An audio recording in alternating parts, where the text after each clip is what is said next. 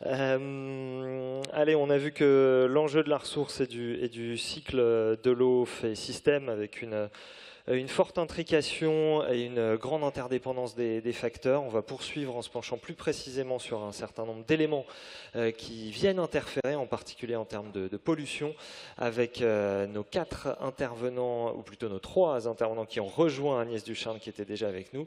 Jean-Louis Durand, bonjour.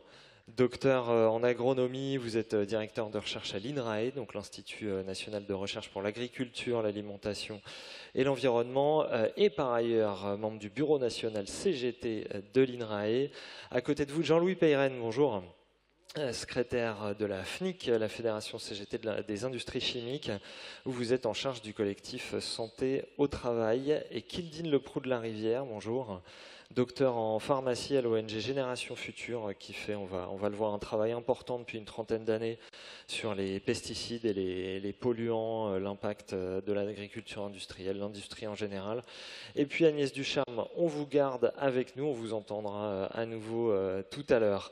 Jean-Louis Durand, commençons peut-être avec vous pour compléter ce qui a été dit par votre collègue tout à l'heure, Agnès Ducharme. Peut-être qu'il faut revenir avec vous sur la notion d'empreinte de l'eau pour comprendre l'impact de l'agriculture. L'empreinte de l'eau, de quoi s'agit-il ? Je suis très content d'abord. Merci aux camarades de la CGT d'avoir organisé au niveau confédéral cette réunion parce que bon, c'est un sujet qui concerne tout le monde. Je crois que nous sommes dans un syndicat qui a à cœur de faire des questions de l'eau l'origine de contrat de solidarité entre les travailleurs d'abord, mais entre tous les citoyens en articulé avec ça. Et ça nous interpelle immédiatement à la CGT INRAE. Pour introduire rapidement, notre point de vue, c'est vraiment de mettre la satisfaction des besoins sociaux humains au cœur de la recherche. Ni la technique, ni l'environnement, l'humain. Parce que si on ne fait pas ça, on loupe, pour ce qui nous concerne, l'articulation essentielle qui est que la cause profonde des désordres entre l'humanité et l'environnement, c'est dans les désordres entre les êtres humains, dans les rapports sociaux. À commencer les rapports de production, mais pas que. Parce qu'il y a aussi toutes sortes de rapports sociaux qui ne sont pas directement liés à la production, qui en dépendent principalement, mais pas que. Rapports de genre, etc. Quand on fait ça, je pense qu'on change l'angle sous lequel souvent les choses sont posées, et ça, notamment au sein, par la direction de l'INRAE, par exemple, par le gouvernement, par beaucoup de gens, qui mettent en regard une humanité et l'environnement, alors qu'on en fait partie, et qui du coup échappent un peu, tentent d'échapper à cette discussion sur les rapports sociaux et l'ordre économique actuel qui est le capitalisme. Donc, je voulais introduire oui, là, ça. vous lancez tous les sujets, c'est-à-dire est-ce que c'est carrément capitalocène plutôt qu'anthropocène finalement? Oui, disons, moi, la terminologie après elle est importante, mais ce n'est pas tellement mon rayon. Ce que je vois bien, c'est que lever les contraintes sur le métier d'agriculteur, aujourd'hui, c'est beaucoup plus une histoire de sécuriser les prix agricoles à des hauteurs de leurs coûts que de limiter des normes sur l'application des engrais ou des pesticides. Et ça, les coûts et qui paye et où se fait la valeur, où elle va et comment s'intègre entre le crédit, la distribution, la transformation et la production agricole, c'est des sujets, à mon avis, dans lesquels on trouvera des solutions aux pollutions. En combinant également avec les besoins sociaux et les besoins d'implantation. Ce par quoi je voulais commencer sur la diapo suivante, j'attire votre attention sur un rapport du GIEC, qui est le groupe intergouvernemental des experts sur le climat, sur lequel tous ceux qui travaillent sur le changement climatique, et Dieu sait si c'est crucial, s'appuient, puisque c'est un consensus de centaines et centaines d'experts mondiaux. Ils ont publié en 2019 un rapport où ils ont mis ces deux graphiques. À droite, une série de caractéristiques de la population humaine vis-à-vis de l'alimentation. D'abord, la population elle-même, dont les démographes projettent qu'elle risque d'augmenter jusqu'en 2050, 2060, on ne sait pas trop, pour se stabiliser, voire baisser après. Alors pareil, exactement comme pour Agnès Ducharme, je vais le dire, c'est des modèles, y compris en démographie, il peut arriver beaucoup de choses. Face à ça, on voit que le graphique 4, la courbe 4, c'est la baisse de la sous-nutrition tendancielle depuis 1960, mais ça avait commencé avant, après-guerre en gros. Sauf que le graphique ne montre pas une chose, c'est que ça s'est arrêté. La sous-nutrition, elle a arrêté de diminuer. Donc, on a actuellement 800 millions à 1 milliard d'êtres humains qui souffrent de la faim. Ce chiffre, il est en train d'augmenter doucement.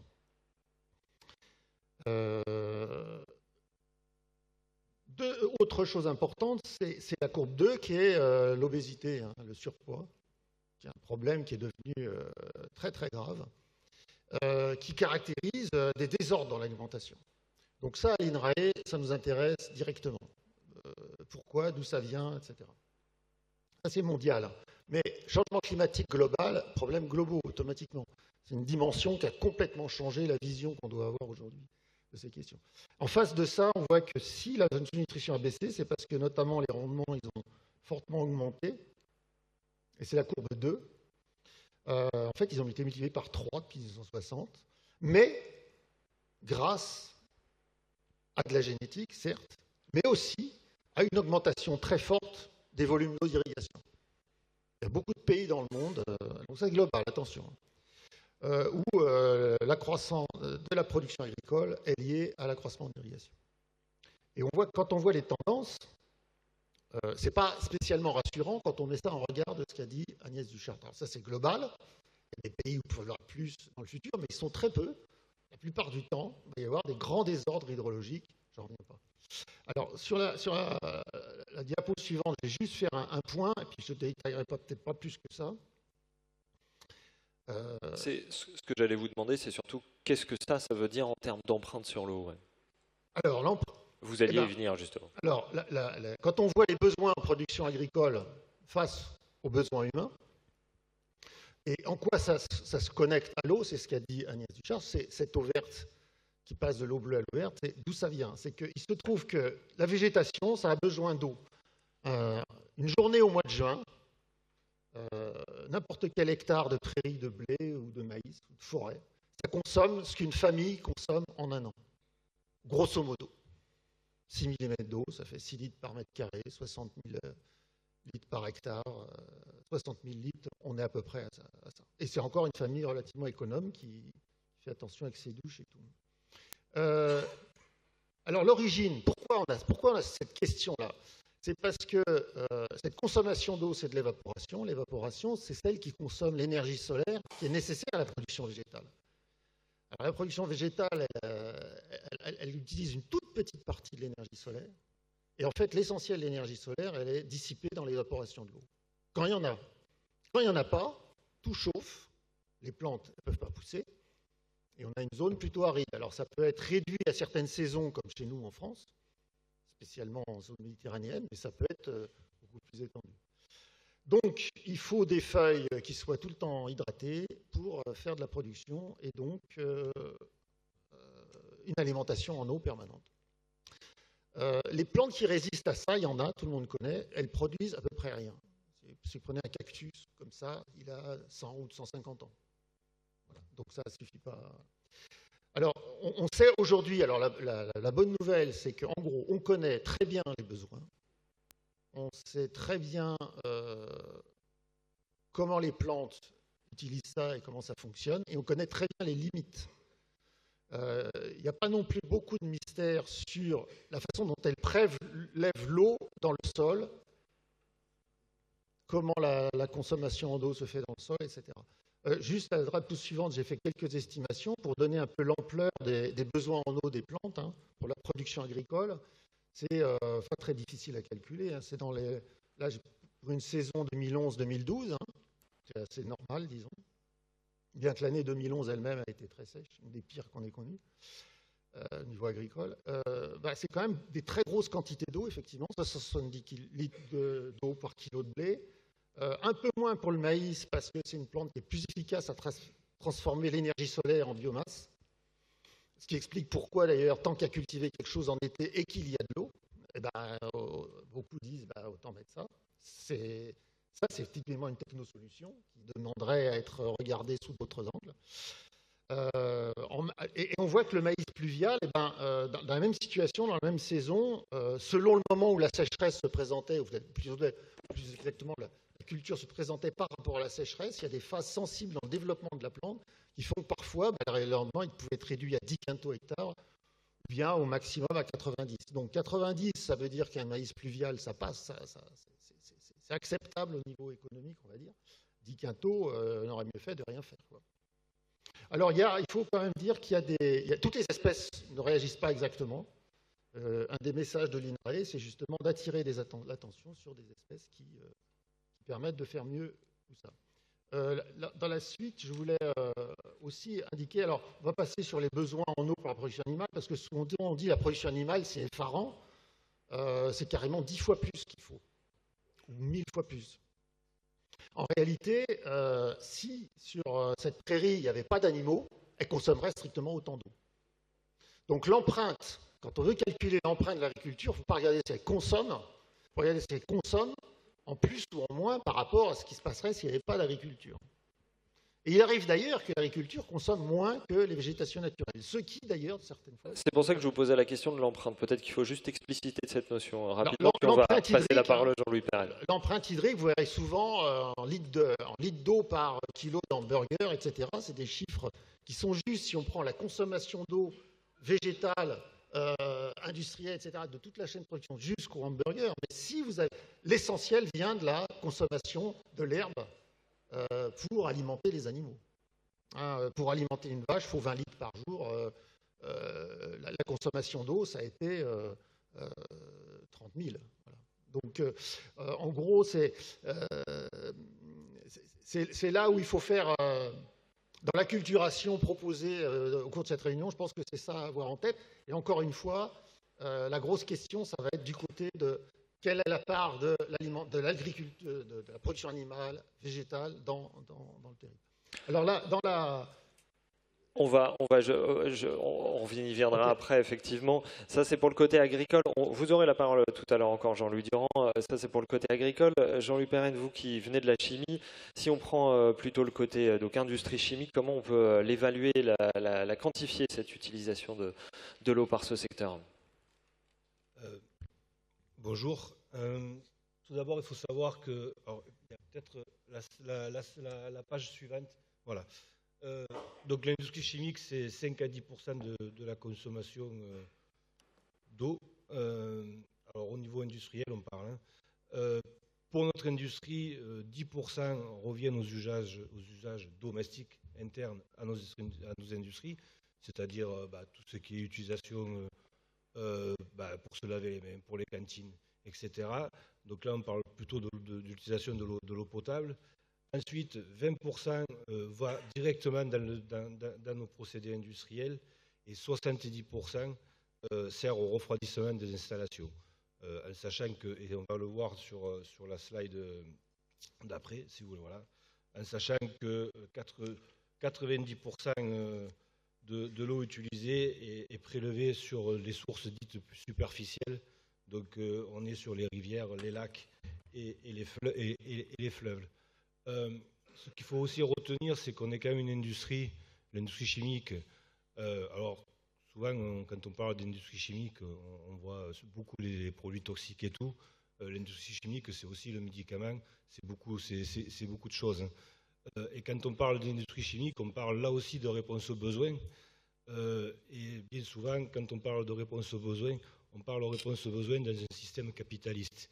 Donc la question de la réponse aux besoins et de l'utilité réelle de ce que l'on fabrique doit se poser, parce qu'à chaque fois qu'on va fabriquer un produit manufacturé, derrière, bien sûr, qu'on parle de l'empreinte humaine et de l'empreinte de ces fabrications sur notre environnement. Donc c'est quand même important de le préciser et de bien voir les problématiques de pollution, et notamment de pollution de l'eau, dans le système capitaliste dans lequel on vit. Voilà. Et la question première à se poser, et tu l'as dit, je pense que ça fait plaisir à beaucoup de camarades dans la salle, c'est qu'on est là pour répondre à des besoins. Après, il reste à savoir quelles en sont l'utilité réelle et si ces besoins sont réellement justifiés. Un mot également en termes de rejet. Oui, je vous en prie, un mot en termes de rejet. Ouais. en termes de rejet de l'industrie chimique? Alors, en termes de rejet, et donc là, on est plutôt sur la gestion des rejets. Donc, nous avons ce qu'on appelle les substances organiques à traiter, les solvants, les hydrocarbures, et ce qu'on appelle les composés volatiles. Nous avons aussi les métaux lourds, donc tout ce qui est plomb, mercure, chrome, je ne vais pas vous faire la lecture totale, et ce qu'on appelle aussi toutes les substances toxiques persistantes, et notamment, par exemple, les PFAS. Alors, je ne sais pas si tu veux qu'on en parle maintenant ou pas. En 2 mots, oui. Oui, Ouais. On va passer la parole à Alors, Kildin Le Pro de la Rivière. En 2 mots, alors, les PFAS sont aussi connus sous le nom de polluants éternels. Et en fait, ils ont le défaut de leur qualité. C'est-à-dire que les PFAS permettent de fabriquer certains produits, par exemple notamment le téflon qu'on connaît tous et toutes dans nos cuisines. C'est un revêtement anti-adhésif, on le retrouve souvent dans nos casseroles et nos poêles, mais on le retrouve aussi ailleurs. Et donc ces PFAS ont des propriétés mécaniques et physiques très intéressantes pour les industriels, notamment résistent au choc. Certains sont très souples, d'autres ont des qualités de transparence. Bref, c'est des produits les PFAS, on les retrouve de partout, et quand on dit de partout, on les retrouve vraiment de partout, quoi. Dans votre téléphone, il y a des PFAS, dans la coque de mon téléphone, il y a du PFAS, dans les poudres à extincteurs, on trouve encore des PFAS, chez les pompiers, pour rester toujours en relation avec eux, on les retrouve dans leur combinaison inifugée, parce que ça résiste aussi aux températures. Donc se pose aussi la question après du traitement de ces rejets-là, et à savoir que comme ces produits, les PFAS, ont les qualités de leurs défauts, ça veut dire qu'ils sont très compliqués à détruire. Alors peut-être pas à capter, mais à détruire. Mais soit on y vient maintenant ou plus tard. Si, absolument. Justement, on va faire compléter par Kildin Le Pro de la Rivière. Vous travaillez tout particulièrement sur ces PFAS. Un mot peut-être général, justement, pour compléter ce qui a été dit. Et puis un mot sur la vocation de votre ONG et ce qui vous a amené justement à travailler sur les PFAS que le grand public commence à connaître, mais dont il a peut-être besoin de quelques précisions. PFAS alors c'est un fourche-langue terrible, substance perfluoroalkylée et polyfluoroalkylée. Kildin Le Pro de la Rivière, de Génération Future. Je vais essayer d'expliquer ce que veut dire ce gros mot, parce que quand même c'est vrai que c'est pas très joli à dire. Il vaut mieux dire PFAS quand même. En fait, alkyle c'est carbone, fluoro, fluor. Donc en fait, les PFAS, c'est une énorme famille de plusieurs milliers de substances qui ont vraiment des usages très différents. Et donc là, vous en avez différents. Donc en effet, comme tu disais, on peut avoir ça dans l'industrie, on peut aussi avoir ça dans les cosmétiques, on peut aussi avoir ça dans les mousses incendies, t'en parlais, dans tous les tissus qui résistent à la chaleur. Ou aux taches d'ailleurs, rien qu'un tapis anti-tache, voilà, vous pouvez avoir des PFAS dedans. Il y en a aussi beaucoup dans tout ce qui est pour impacter l'alimentaire, donc beaucoup sur le packaging aussi. Et un usage sur lequel on est très attentif chez Génération Future, c'est les pesticides. Parce que, donc là, autant les autres PFAS, on les utilise pas forcément en le sachant, voilà, ça peut être dans tous les produits usuels et industriels. Autant les pesticides PFAS, on les utilise parce que c'est des PFAS qui du coup vont être herbicides. Et ceux-là sont déversés directement dans l'environnement. Donc c'est vraiment un point sur lequel nous on regarde spécifiquement. Puisque Génération Future vient effectivement au départ de la sensibilisation, de l'interpellation sur l'agriculture industrielle. Au départ, il y a une trentaine d'années, 96 je crois, voilà, quand l'ONG est fondée, c'est vraiment l'agriculture, votre point de départ. Ouais. Donc c'est une association à but non lucratif qui est agréée par le ministère de l'Environnement, qui a été fondée en 96 en effet. Et vraiment le but c'est de dénoncer les effets néfastes des polluants chimiques, initialement sur tous les pesticides, mais c'est quand même aussi toute la famille chimique, d'où le lien avec les PFAS qui, eux, en plus, cochent les deux cases, pesticides et autres chimiques. Peut-être que j'aurais voulu rebondir sur le surnom polluant éternel qu'on donne aux PFAS. Donc en fait, c'est cette liaison carbone-fluor qui est extrêmement stable et qui, elle, ne va pas se dégrader dans l'environnement. Par contre, comme je vous disais, c'est une très très grande famille, donc on a des médicaments, des pesticides, des agents industriels, etc. Ceux-là vont quand même se dégrader lentement, mais ils vont se dégrader. Et par contre, ce qui va rester, c'est la petite partie carbone fluoré. Et donc nous, un des PFAS chez Génération Future qu'on regarde spécifiquement depuis plusieurs années, c'est un autre gros mot, c'est le TFA. Et en fait, c'est un tout petit PFAS, on peut dire le plus petit, il y a 2 carbones, un carbone acide, un carbone fluoré. Et donc c'est non seulement une matière première qui est utilisée dans l'industrie pour faire d'autres PFAS, et c'est également le produit de dégradation de beaucoup de PFAS beaucoup plus longs et des pesticides PFAS.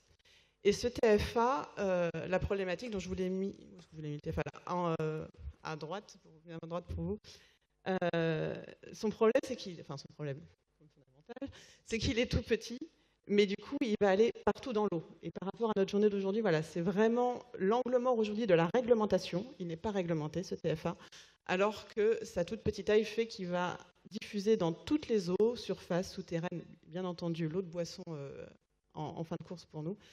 Et voilà, c'est tout l'enjeu de ces PFAS. Il n'y a pas que le PFAS en lui-même, il y a aussi tout son cycle de vie et les produits de dégradation, donc TFA. Et alors, pour être très clair, comment il se retrouve dans l'eau? Tout simplement parce qu'il circule et qu'il se retrouve partout. C'est ça qu'il dit le Poularian. Alors, par rapport à l'eau souterraine et l'eau de boisson, c'est vraiment les pesticides, parce que du coup, ce n'est pas les plus grandes consommations de PFAS, hein, les pesticides PFAS. Par contre, on va les déverser directement dans les cultures et ils vont se dégrader directement au-dessus des nappes phréatiques et à côté des eaux de surface. Donc, c'est une concentration de pollution PFAS au niveau de notre source de cycle de l'eau, en fait.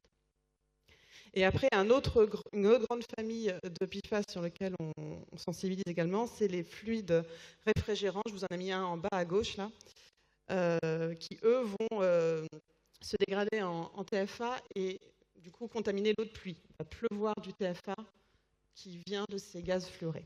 Donc, en fait, on a encore toute une histoire sur les fluides réfrigérants où on a supprimé tous les fluides qui étaient toxiques pour la couche d'ozone, mais ils étant remplacés par des gaz fluorés qui, non seulement ont aussi un impact sur le changement climatique, bon, je ne vais peut-être pas rentrer là-dedans, mais également vont se dégrader en TFA et contaminer notre cycle de l'eau. Et alors, la problématique qui est induite par ça, c'est qu'ils mettent tellement de temps à se dégrader qu'en fait, ils s'accumulent. Vous avez notamment publié une étude qui a fait pas mal de bruit parce que ça parlait vraiment aux gens sur l'accumulation dans le vin. Et on voit qu'au fur et à mesure des millésimes, oui, un mot là-dessus avant de repasser la parole aux autres intervenants.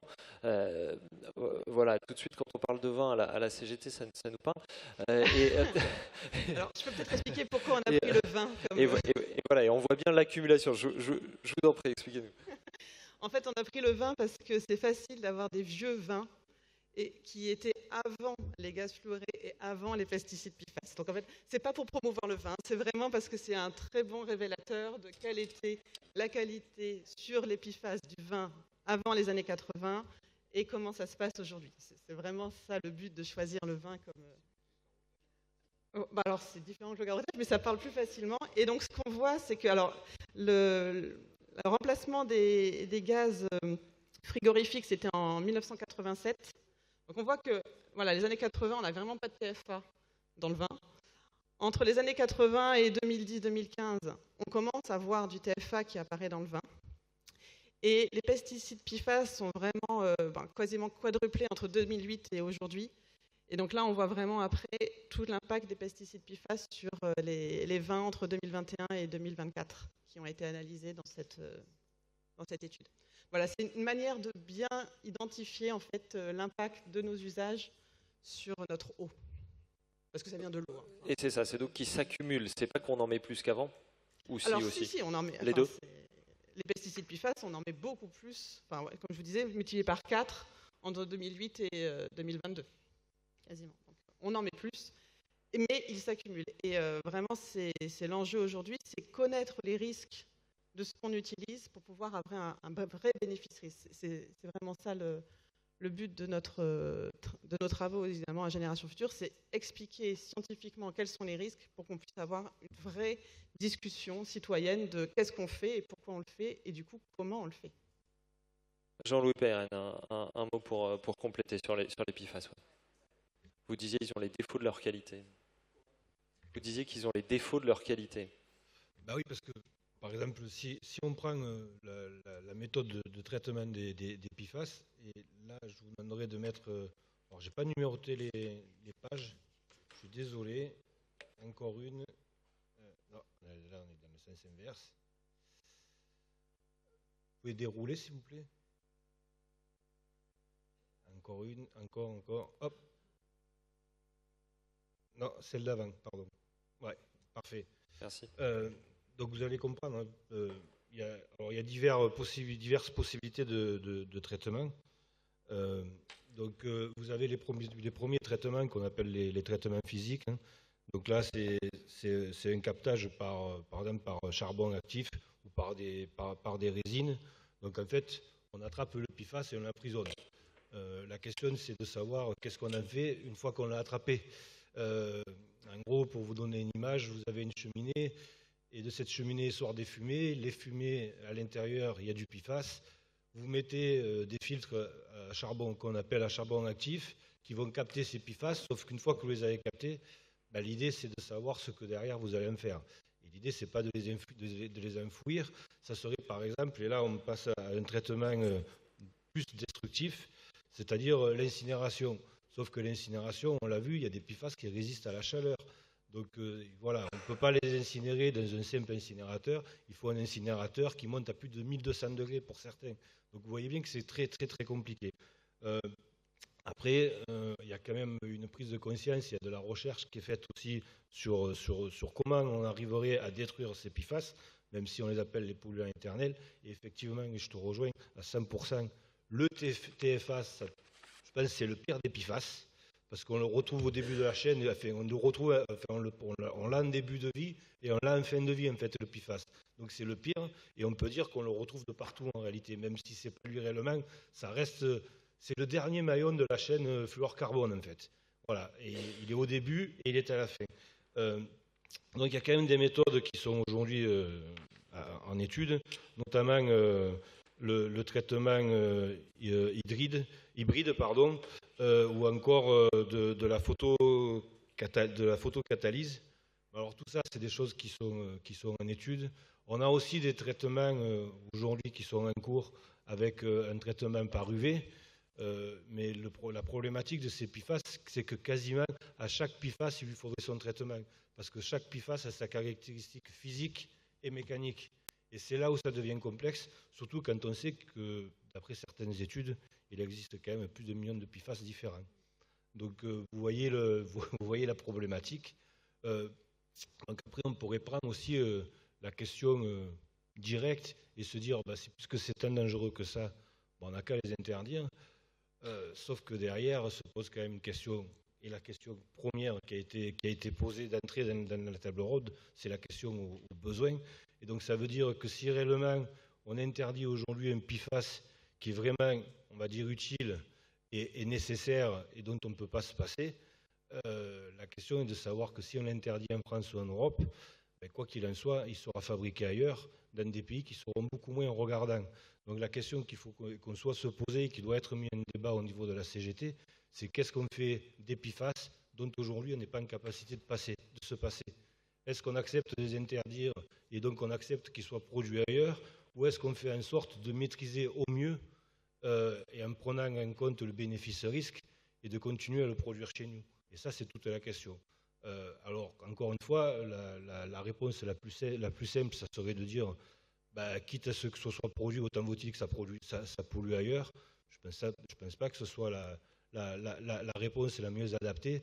Et la réponse la mieux adaptée, c'est certainement essayer de maîtriser au maximum ces pollutions-là. Mais avant tout, rechercher réellement si ce PFAS répond à des besoins qu'on pourrait dire essentiels. Encore faudrait-il arriver à définir ce qu'on appelle un besoin essentiel. Est-ce que des PFAS dans un téléphone portable, est-ce que le téléphone portable aujourd'hui est essentiel? Ça, c'est pas moi qui vais amener la réponse, c'est le débat et c'est la réflexion collective. Mais c'est quelque chose auquel il faut réfléchir aussi. Aujourd'hui, on ne fabrique pas pour le plaisir de polluer, l'industrie chimique ou alors même la métallurgie. On fabrique bien parce qu'on a une réponse aux besoins.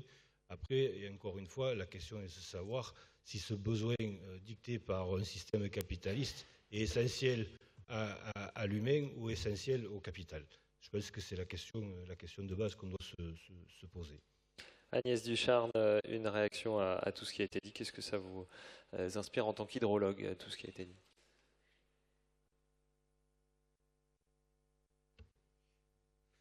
Ça m'inspire un peu de désespoir. Beaucoup de désespoir. Non, quand même pas. Qu'est-ce qu'on va faire? Mais je trouve que la question là de savoir ce dont on peut se passer ou pas, ce qu'on doit produire en France ou pas, elle est au cœur de tout ce qui nous occupe finalement. Hein. Et à mon avis, on ne doit pas produire ce dont on peut se passer. Par exemple, les PFAS des cosmétiques, je suis désolée, mais on peut s'en passer. Certainement, L'Oréal, ça contribue à son chiffre d'affaires, mais en vrai, on peut se passer des cosmétiques. Et il y a d'autres usages qui sont plus compliqués, certainement, à décider. Et par ailleurs, sur la délocalisation des productions, bon, j'ai sans doute un regard assez naïf là-dessus, mais il me semble qu'il n'y a pas de raison d'imposer aux pays étrangers des pollutions qu'on refuse chez nous. Il y a quand même un enjeu de justice internationale. Et je vois Madame des Outre-mer en face de moi.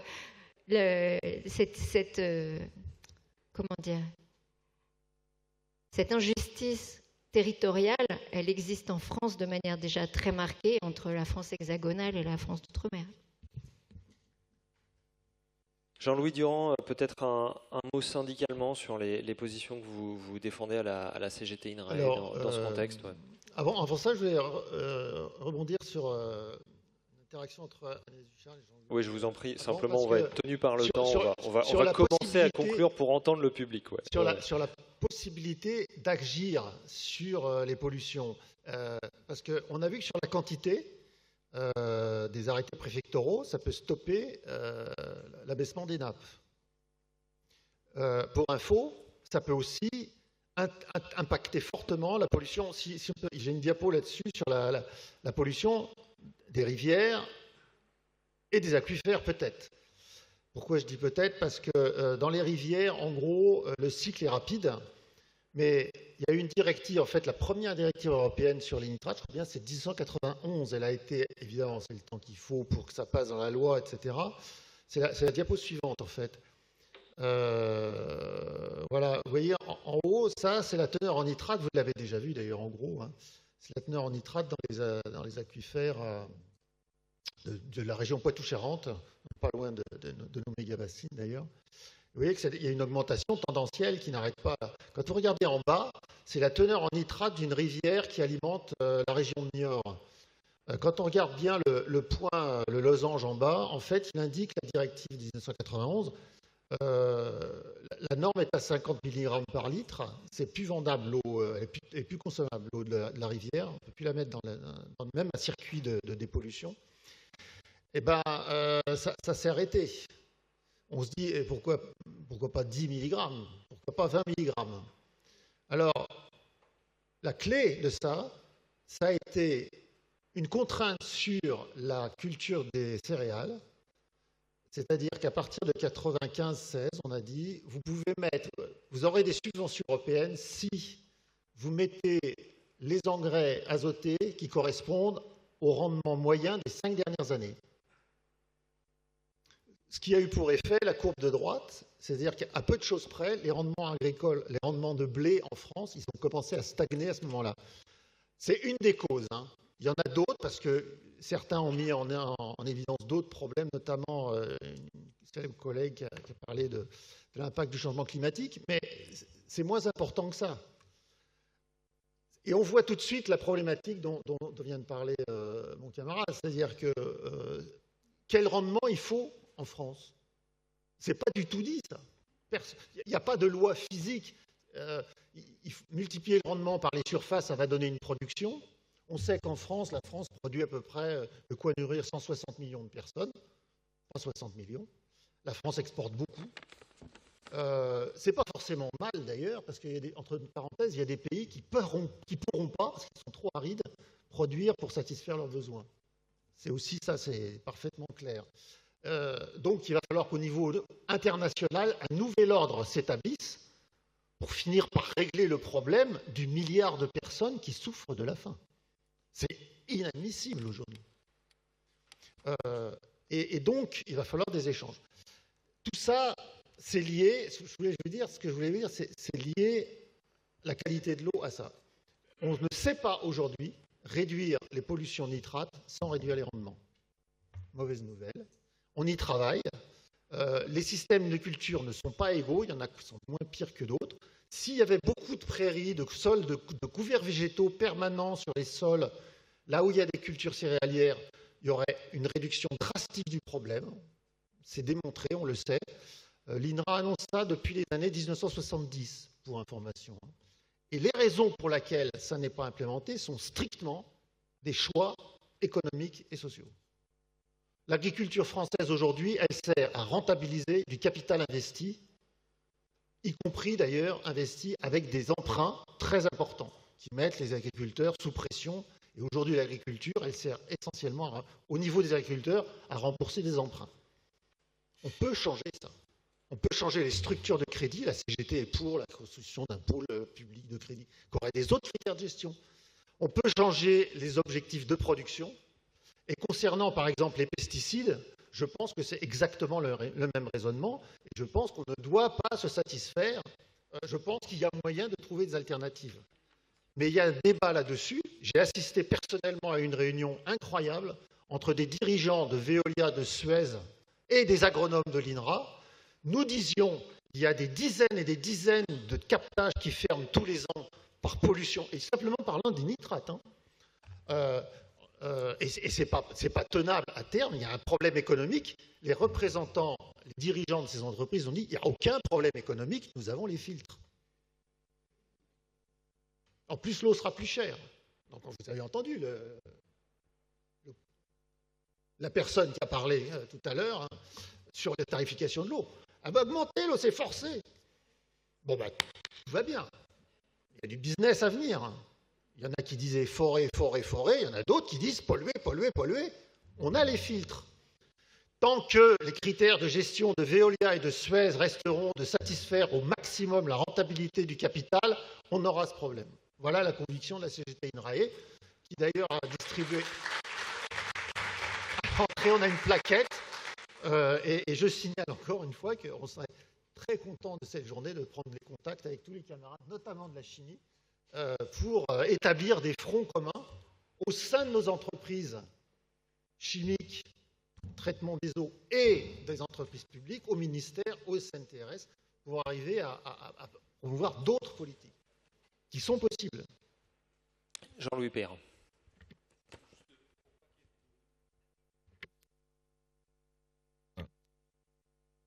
Si c'est bon. Ah, oula, il est capricieux. Ouais. Pour pas qu'il y ait de mauvaises interprétations, clairement, on est au niveau de la FNIC CGT, on tend vers l'interdiction, que ce soit clair. Et la FNIC CGT fait partie aussi de collectifs dont fait partie la CGT Aura, la CGT 69, d'autres syndicats, notamment des camarades de SEB et de Tefal. Et on est tous dans cette idée-là. On partage tous qu'il faut aller vers l'interdiction, que ce soit clair. Sauf qu'on se dit, interdire c'est bien, sauf que interdire maintenant, c'est peut-être mettre en péril notre industrie, mais à la limite, ça on peut se dire c'est pas grave, parce que c'est juste du matériel. Au final, l'industrie, ça permet de gagner de l'argent et de consommer un peu plus, sauf que c'est pas que ça non plus l'industrie. Mais surtout, là où c'est plus grave, c'est que ça permettrait à l'industriel d'aller dans des pays où il pourra encore plus polluer que ce qu'il le fait en France. Et l'interdiction sert aussi de prétexte. Et on le voit déjà. Je pense à mes camarades, parce que c'est aussi un peu c'est ma région natale, mais je pense à mes camarades de Solvay, Salindre dans le Gard, ou site producteur de TFA d'ailleurs.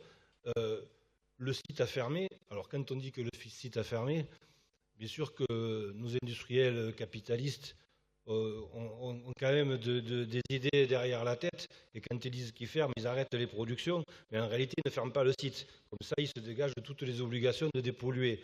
Donc la production est arrêtée, et la production par ailleurs, dans des pays où la main-d'œuvre est moins chère, et écologiquement, ils ont moins de contraintes. Et les TFA vont continuer à être fabriqués dans d'autres pays. Et si je prends l'exemple de Solvay à Salindre, c'est que Solvay est en train de laisser derrière lui, d'une, un désert industriel, deux, un désert social et une catastrophe écologique. Parce qu'on est quand même sur un des sites les plus pollués au TFA. Et le TFA, comme tu l'as si bien dit, c'est une des matières, des perfluorés les plus compliqués à faire disparaître et à éliminer. Et aujourd'hui, on sait très bien comment ça va se passer. Les années vont passer, les décennies vont passer, et à un moment donné, ça sera la collectivité à se charger du problème. Mais là, par contre, rien que pour le site de Salène, on parle de plus d'1 milliard pour la dépollution. Et ce n'est pas Solvay en réalité qui va payer. C'est nos impôts, c'est la collectivité qui va le payer. Et ce départ-là, elle le paye 3 fois plus cher, parce qu'encore une fois, elle va le payer socialement, elle va le payer industriellement, et elle va le payer écologiquement.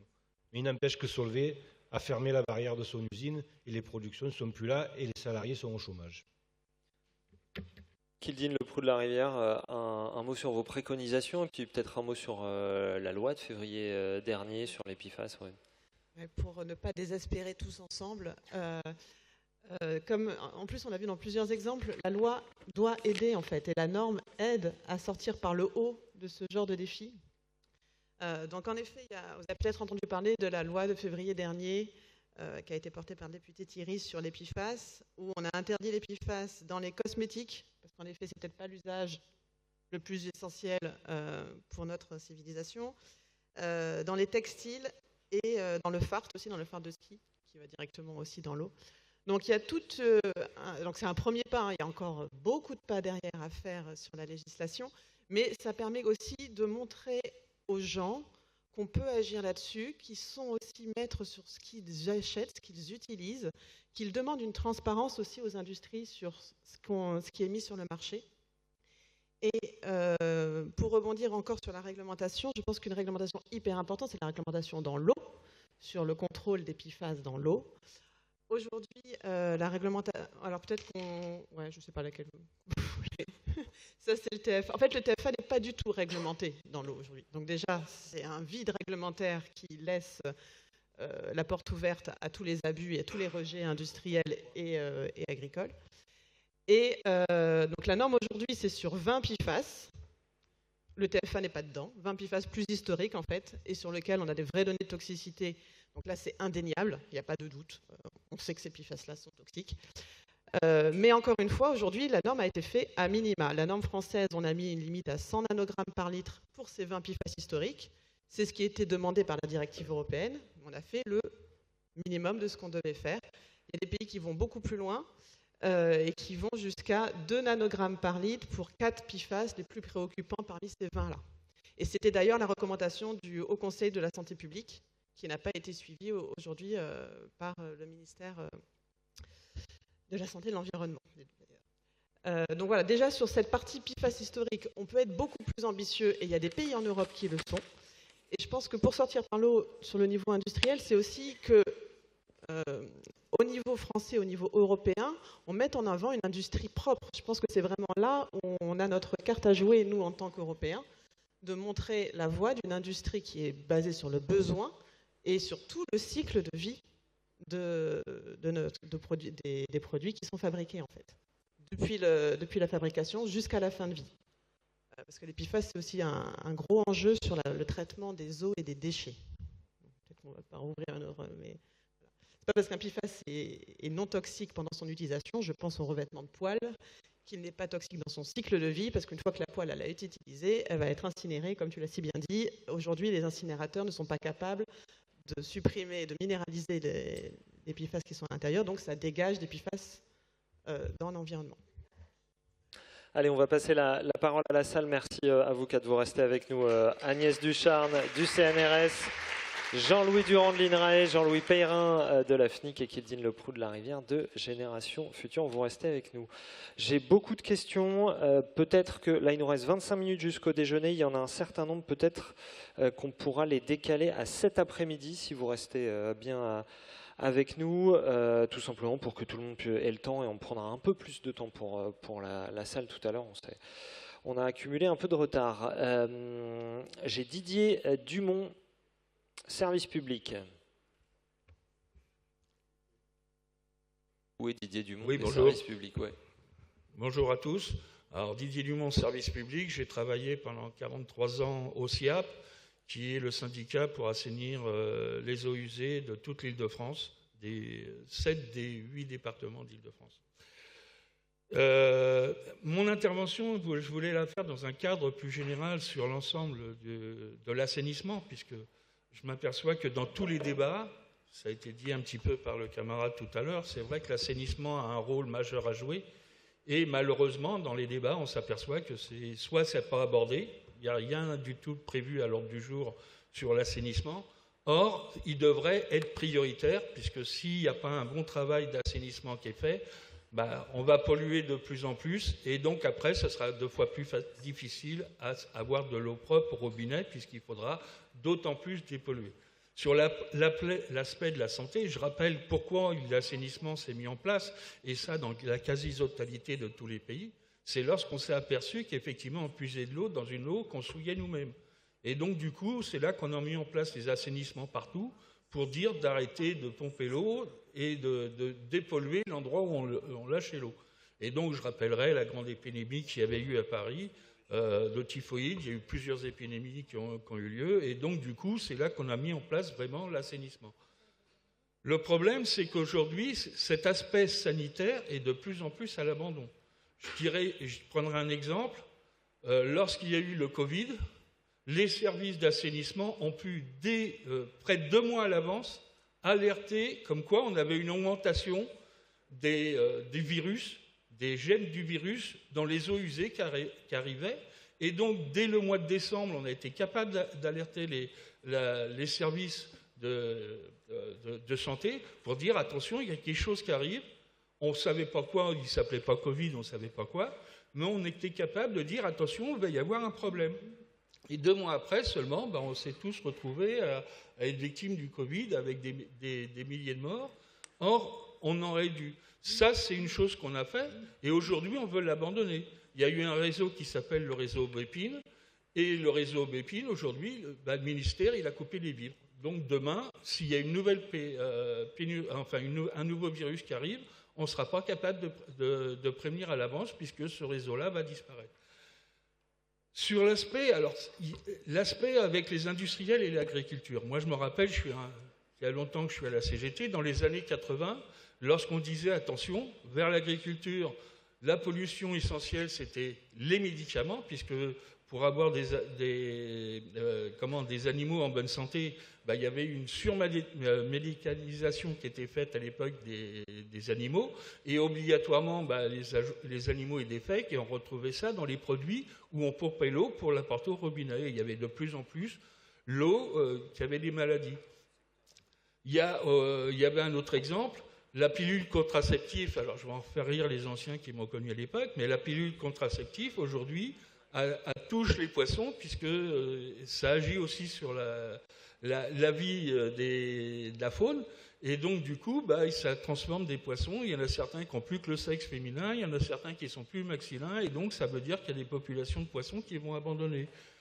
Sur l'aspect industriel, c'est pareil, on a été victime, nous au SIAP, il y a plusieurs années, de Sanofi Aventis, qui dans la fabrication de ces médicaments utilisait du benzène, et puis quand il avait fini de fabriquer ce médicament, il ouvrait les vannes, et tous les déchets partaient directement dans les eaux d'égout, et nous on recevait ça. Alors pour eux, il y avait des pastilles qui les alertaient, mais pour nous qui travaillions dans les égouts à l'époque, on n'avait rien qui nous alertait. Il faut conclure. Donc le problème, c'est comme j'ai dit, c'est un parent pauvre qui mériterait un débat entier. Dans ce débat que nous avons sur l'eau aujourd'hui, et il est restreint à une petite intervention, alors que c'est un sujet réel. Si demain, il n'y a pas un véritable assainissement, tout ce que vous fallait aborder, ce n'est pas la peine d'en parler. Et je me trouvais à l'époque... On va en parler cet après-midi. Je voudrais juste en finir comme ça, parce que tout à l'heure, j'ai entendu l'intervenant sur l'industrie. 3 minutes les interventions, s'il vous plaît, les camarades. Oui, c'est important. Le chantage à l'emploi, Sanofi Aventis nous l'avait fait. Alors qu'il était plus simple de dire on se met en commun, On travaille avec le syndicat CGT de Sanofi-Aventis et le syndicat CGT du SIAP pour trouver la manière d'épurer les eaux de manière qu'on n'ait plus ces pollutions. Et c'est ça qu'il faudrait mettre en place, mais dès le début du process, pour l'industrie. Parce que si on traitait les eaux dès le départ qu'on veut construire quelque chose, on n'aurait peut-être pas les problèmes qu'on a aujourd'hui sur les pollutions. C'est dès le départ, on dit le capital veut mettre en place un système, dès le départ, on doit trouver le moyen de dépolluer la pollution qui va être produite. Alors l'assainissement... L'assainissement, on va en parler cet après-midi, puis vraiment je vais vous demander de faire des interventions de 3 minutes, sinon ça veut dire que soit on ne mange pas, soit c'est les autres camarades qui n'auront pas la parole. Sébastien Abramson.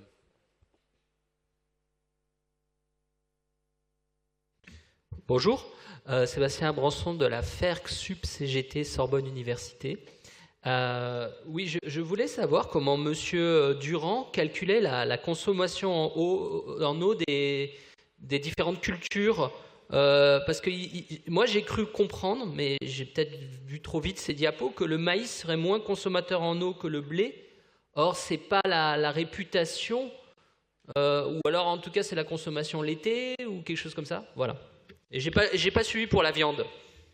Alors, un champ de maïs, ça consomme... assez rapidement. Dans mon exemple, ça consommait 700 mm, alors que le blé, 400. Donc le maïs consomme plus d'eau que le blé, il n'y a pas de doute. Le blé, une des raisons très simples, c'est que le blé, ça pousse en hiver et début du printemps. Enfin, printemps jusqu'à la récolte en début juillet. Tandis que le maïs, c'est semé en mai et c'est récolté en octobre-novembre. C'est-à-dire à un moment où il y a beaucoup plus de soleil, beaucoup plus d'évaporation.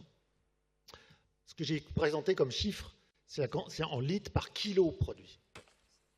C'est-à-dire que l'efficacité de la consommation d'eau par le maïs est supérieure à celle du blé parce que, biologiquement, les cellules de feuilles de maïs sont plus efficaces à convertir l'énergie solaire en biomasse que le blé. Voilà, c'est aussi bête que... Par contre, il ne faut pas s'intéresser... Ici, alors, je suis d'accord que je présentais les efficiences, mais je dis bien, ça consomme plus. Alors, quand il y a de l'eau en été, autant prendre des plantes qui sont efficaces, mais ça ne veut pas dire que de semer du maïs, ça crée de ressources en eau. Semer du maïs alors qu'on sait qu'il n'y aura pas d'eau, ou bien que la rivière elle va être à sec si je plante dedans, comme l'a démontré Agnès Bouchard, ou bien qu'on n'a pas les moyens de faire une retenue en hiver pour garder de l'eau, il ne faut pas le faire, tout simplement.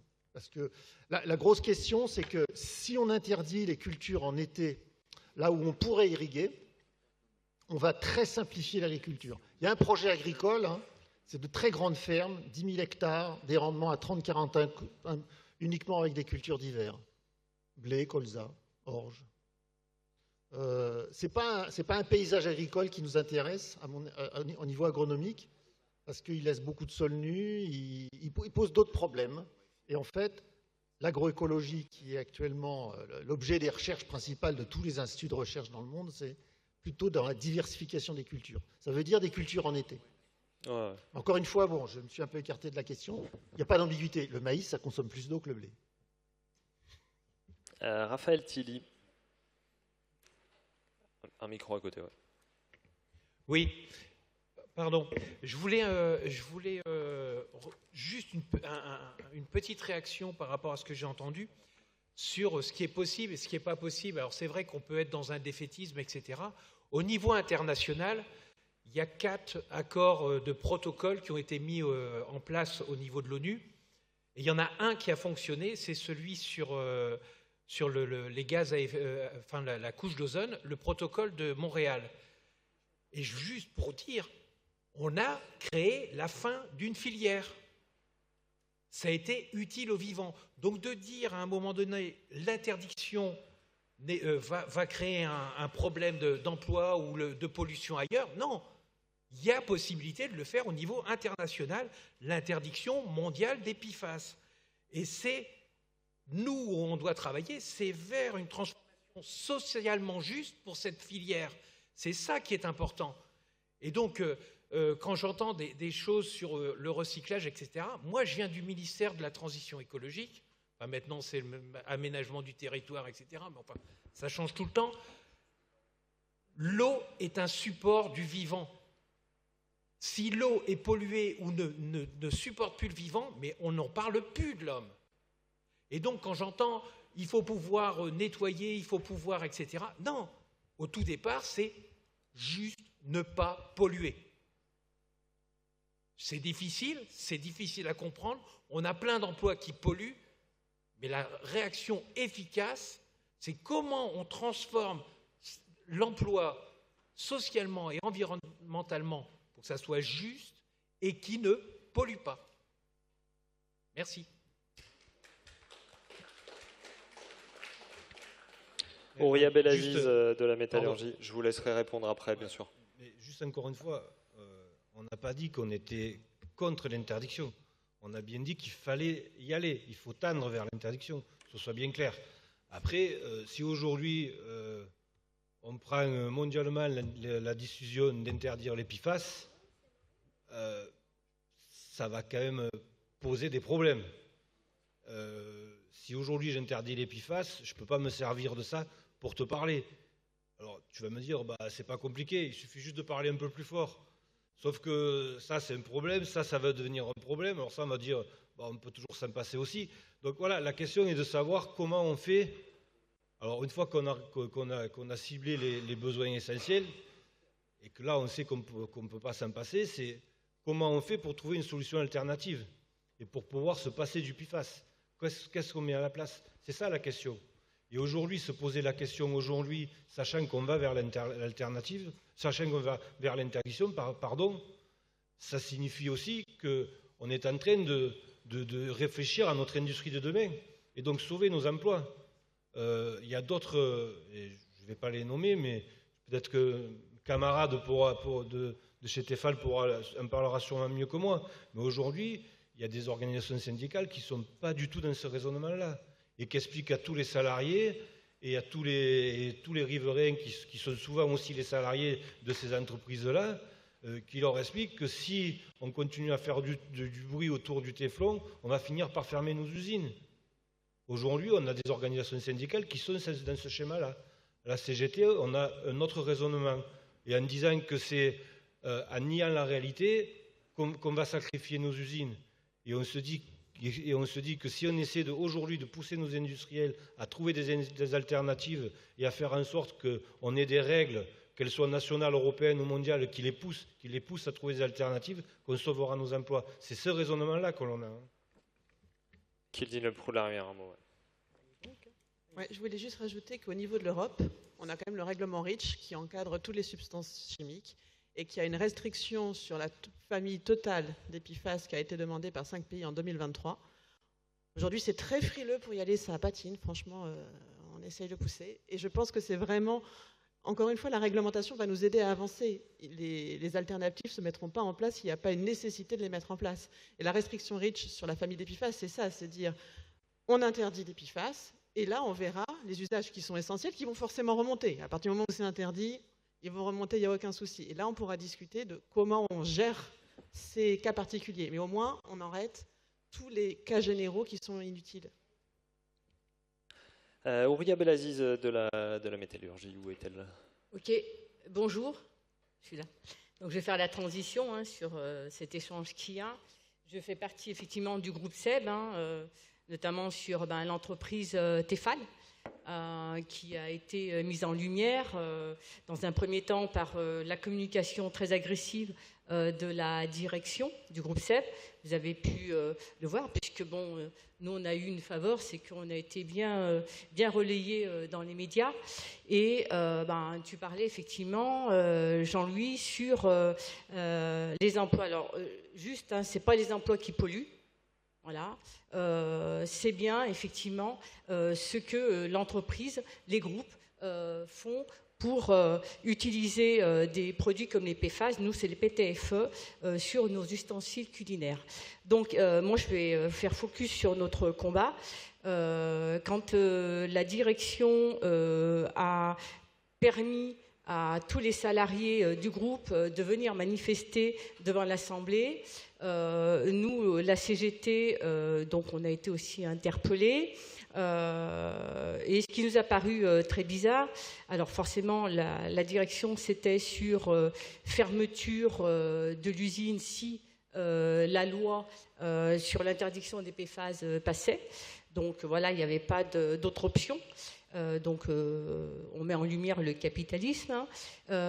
Et ce qui nous a surpris, c'est que les autres organisations, comme l'a dit Jean-Louis, c'est intéressant parce que nous, on l'a vraiment subi de plein fouet, que des organisations syndicales se positionnent avec la direction pour justement aller manifester contre cette loi, l'interdiction des PFAS. On peut effectivement, mais je ne vais pas développer là sur l'interdiction, ce que ça peut faire. Donc, comme l'a dit Jean-Louis, la CGT s'est positionnée sur non pas la fermeture, mais déjà la transparence de l'utilisation des produits, parce que c'était bien ça hein, qu'il fallait mettre en évidence, et pour le syndicat, mais aussi pour les salariés. Et là où je vais pointer, c'est qu'on parle des emplois, mais il y a aussi la santé des salariés qui aujourd'hui, alors Jean-Louis a parlé de Solvay, c'est la triple peine quand même, parce que les camarades subissent effectivement leur image, hein, des travailleurs et des travailleuses, ils subissent effectivement la fermeture, et ils subissent, parce que là, demain on le verra, hein, demain c'est proche, hein, combien de salariés seront infectés par ces produits. Donc ça, c'est vraiment important, la santé au travail. Donc notre position a fait que, parce que 3 minutes c'est rapide, qu'on s'est pris en pleine figure une répression de la part de la direction, mais accompagnée effectivement des syndicats qui étaient vraiment, alors du coup, l'opposition, en opposition à la CGT. Je peux vous dire que ça fait très très mal. Je peux vous dire qu'effectivement, que la souffrance, elle est vers les salariés, ça, les travailleurs et les travailleuses, ça c'est sûr, parce que du coup, le groupe SEB a fait une très très grosse communication, ils sont assez forts justement pour faire ce lobbying industriel. Ça, on n'en a pas parlé, mais le lobbying industriel, c'est un désastre. Et du coup, ça évince toute notre responsabilité au niveau des entreprises, c'est d'être là, de faire notre boulot syndical, c'est-à-dire ce triptyque santé au travail, emploi industriel, pérennisation des emplois et justement de ce que l'on va proposer à l'avenir pour dire, parce que tu disais à juste titre, une industrie propre, c'est ça? Donc ça, c'est nos enjeux.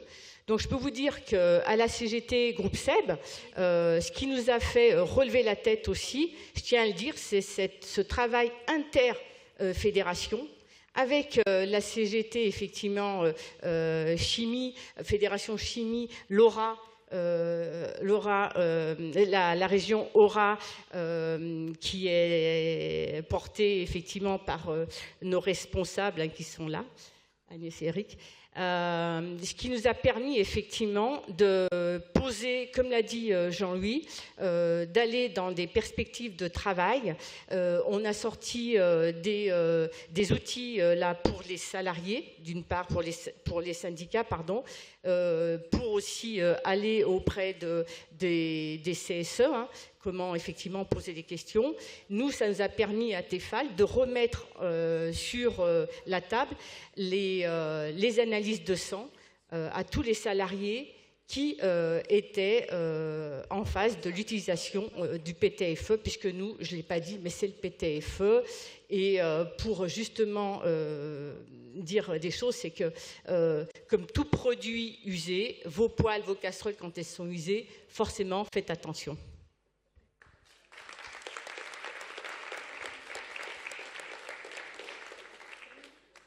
On va prendre une toute dernière question, une réponse de nos invités. On partira manger et puis le reste, on prendra le temps cet après-midi. On a vos fiches, vous inquiétez pas, on les a sous la main. Raymond Bottolier, est-ce que c'est le bon nom? Bottolier, est-ce que j'écorche? Non. Je t'en prie.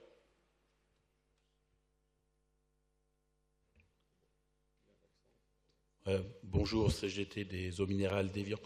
Moi, ma question était, aujourd'hui, est-ce qu'il y a un organisme qui travaille ou qui anticipe les futurs polluants? que j'ai l'impression qu'on a toujours un train de retard sur, on l'a vu, hein, le chlordécone, les PCB, aujourd'hui les PFAS. Est-ce qu'il ne serait pas judicieux justement de travailler un peu plus en amont pour ne pas subir justement tous ces polluants? Oui, qui veut répondre? Alors on va faire la réponse à deux en fait. Mais comme je suis très mal poli, je prends la parole en premier. Non, alors, si on prend l'exemple des PFAS, c'est un peu la même chose que... Il ne faut pas penser qu'il n'y a personne qui a travaillé dessus et qui a réfléchi. En fait, la problématique, c'est qu'il y a de forts lobbies. Et c'est ces lobbies-là qui font de l'ombre à tout le travail d'alerte qu'il peut y avoir. Je prends l'exemple rapide de l'amiante. Début 1900, il y a les premières alertes. Il faut attendre 94 ou 96, du coup, mais je ne me souviens plus, pour voir l'interdiction de l'amiante. C'est-à-dire qu'il a fallu plus de quasiment un siècle pour qu'on arrive à l'interdiction de l'amiante, entre l'alerte et l'interdiction. Si on prend les PFAS, en réalité, PFAS, quand on commence à en parler, qu'on commence à découvrir leurs caractéristiques, c'est les années 50. Les premières alertes arrivent dans les années 70, 75. On est en 2025.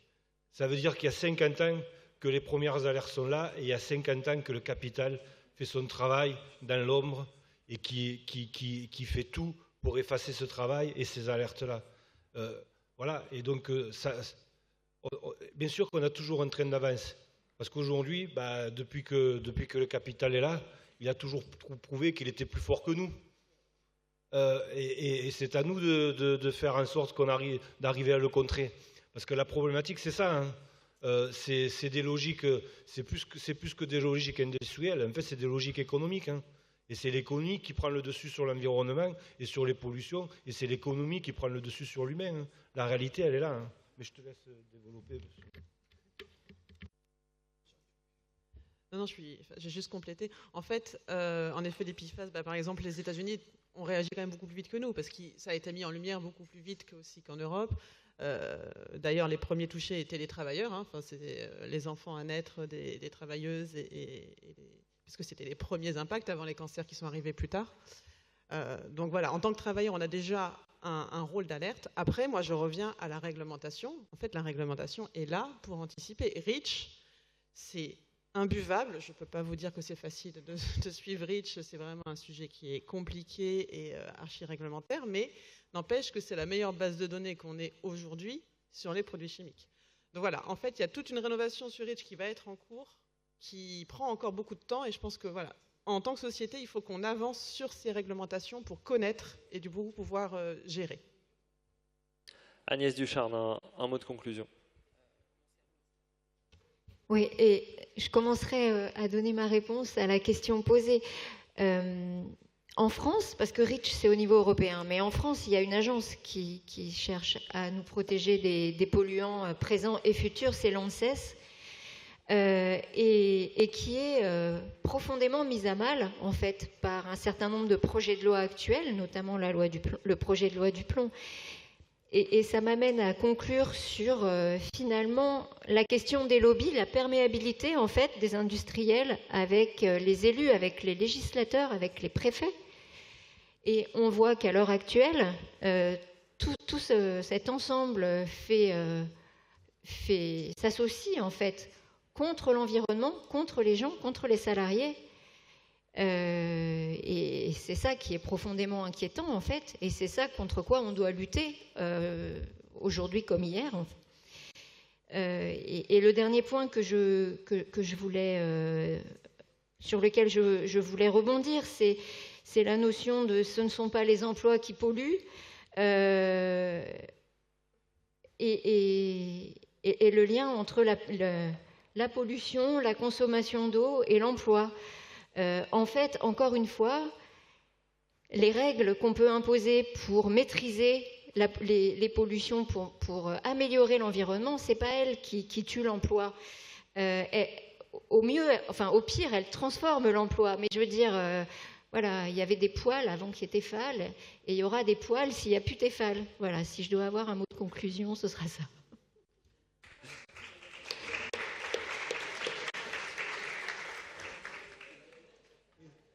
Jean-Louis Dourin, un tout dernier mot. C'est juste pour dire que, en termes d'anticipation, à l'INRAE, sur la question des pollutions, notamment azotées, il y a un truc qui est bien identifié, c'est que les plantes ont besoin d'azote pour pousser. Il y a des plantes qui fixent l'azote de l'atmosphère, c'est les légumineuses. Il n'y en a pas assez sur la sol du territoire national. L'insuffisance de la culture de légumineuses en France, elle provient d'un accord avec les États-Unis qui a accepté, la France a accepté de liquider le soutien aux légumineuses au profit de commerce, de règles commerciales et avec les États-Unis. Une des solutions, ça consiste à récupérer ça. Ça s'appelle, au niveau des systèmes de culture, donc d'introduire d'autres systèmes, d'autres rotations. C'est bien identifié par la recherche. On n'est pas au bout parce qu'on ne sait pas encore complètement arriver à combler complètement les besoins en azote des cultures, rien qu'avec les légumineuses, mais en tout cas, on peut faire un énorme pas en avant et donc régler une grosse partie des pollutions. Deuxième chose, c'est que pour voir les effets de ça, et quand on parle PFAS, un nitrate, les collègues du BRGM m'ont expliqué, dans ma région, ça migre dans le sol d'1 mètre par an. La nappe, elle est à 30 mètres. Donc, ce qu'on voit arriver dans les nappes, c'est ce qu'on fait au niveau agricole il y a 30 ans.